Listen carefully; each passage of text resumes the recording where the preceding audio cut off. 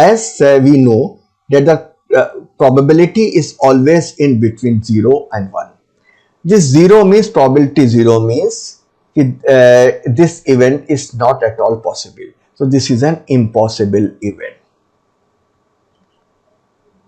And 1 means this is a certain event, means this will always be there. Normally 0 and 1 rarely happens in the real life, but for the formula purpose we put them in between 0 and 1.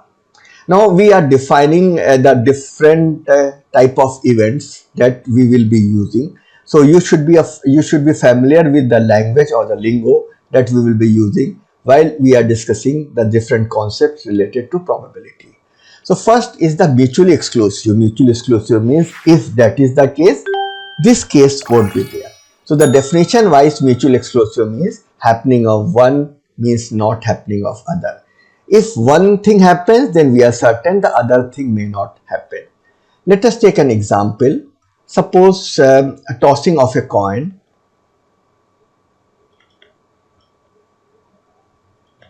Getting head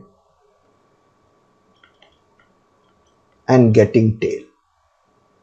They are mutually exclusive. If we get head, we won't be getting tail. If we get tail, we won't be getting head. So these are the mutually exclusive event. Right? Now I am taking one more example, throwing of a dice.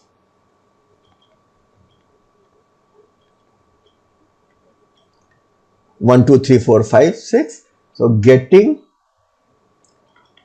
1 and getting 6.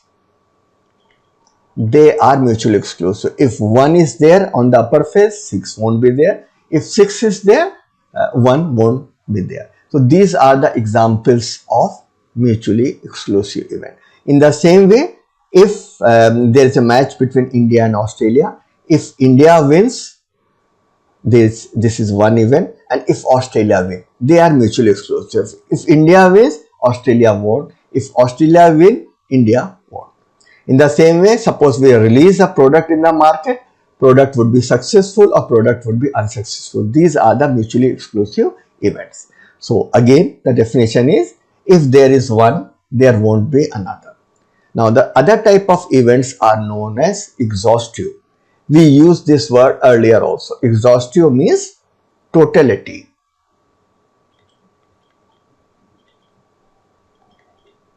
Means totality of all the events under consideration. Like if we consider throwing of a dice and we are expecting 1, 2, 3, 4, 5, 6, right? So if we consider all these events, so that is known as totality of all the events. Means the totality of the exhaustive event, if we consider the probability of these events, so this probability will always be 1 because we are considering all the events in one go. Like probability of 1 plus probability of 2 up to probability of 6. This will always be 1 because these represent the exhaustive event. Let us take the example of a match. There may be win for one player, one team. There will be loss of that team.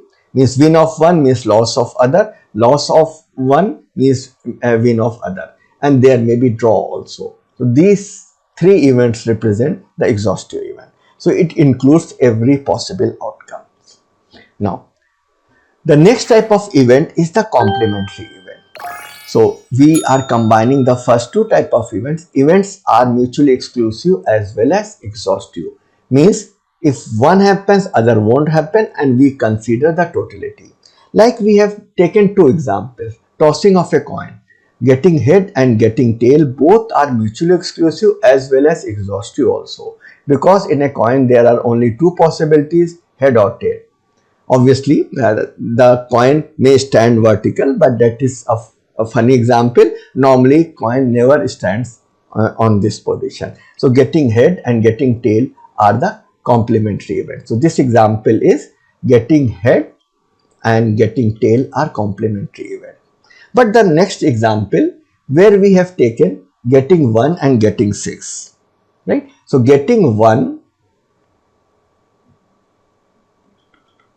or getting 6, they are mutually exclusive but not exhaustive, because it may be possible that we will be getting 2, 3, 4, 5. So they are mutually exclusive but not exhaustive. So they are not complementary. Right? In the same way, winning and losing are not complementary. There is the third event, that is a draw is also possible. Right? So instead of this, if we consider the case of dice, so getting 6 or not getting 6, they are complementary events, right? So these events are mutually exclusive as well as exhaustive. Now we have two type of event, right? And these two are the complementary event. So we can say that the complementary event means the thing may happen or may not happen. So there are only two possibilities. One is happening, like getting head. Not happening means getting tail. In the second case, getting 6 is happening, not getting 6 is not happening. So probability of happening plus probability of not happening, they cover all the possibilities. They are the exhaustive event. So the total probability is 1. Means probability of not happening is 1 minus probability of happening. Right? So here we have a definition that complementary event probability, it is denoted by either probability of A dash or probability of A complement. This is 1 minus 2A. So this is the reverse event. So these are the examples of complementary event. We have independent event also. It means happening of one is not affected by happening or not happening of other. Means suppose we are throwing a dice twice. On the first attempt we are getting 6. In the next attempt, whatever we get, it is independent of getting 6. Means it is possible that on the first event, first trial, first throw, we are having 6, and in the next trial we can also have 6. We can have 4. We can have 5. So they represent the independent event. Let me take one more example, that getting tail on the second attempt and getting head in the first attempt. They are independent event. Means whatever we obtain in the first attempt of throwing a coin or tossing of a coin has no implication on its second tossing. Means whatever we get in the first toss have no impact on whatever we get on the second toss. So getting tail on the second attempt and getting head in the first attempt, they are the independent event.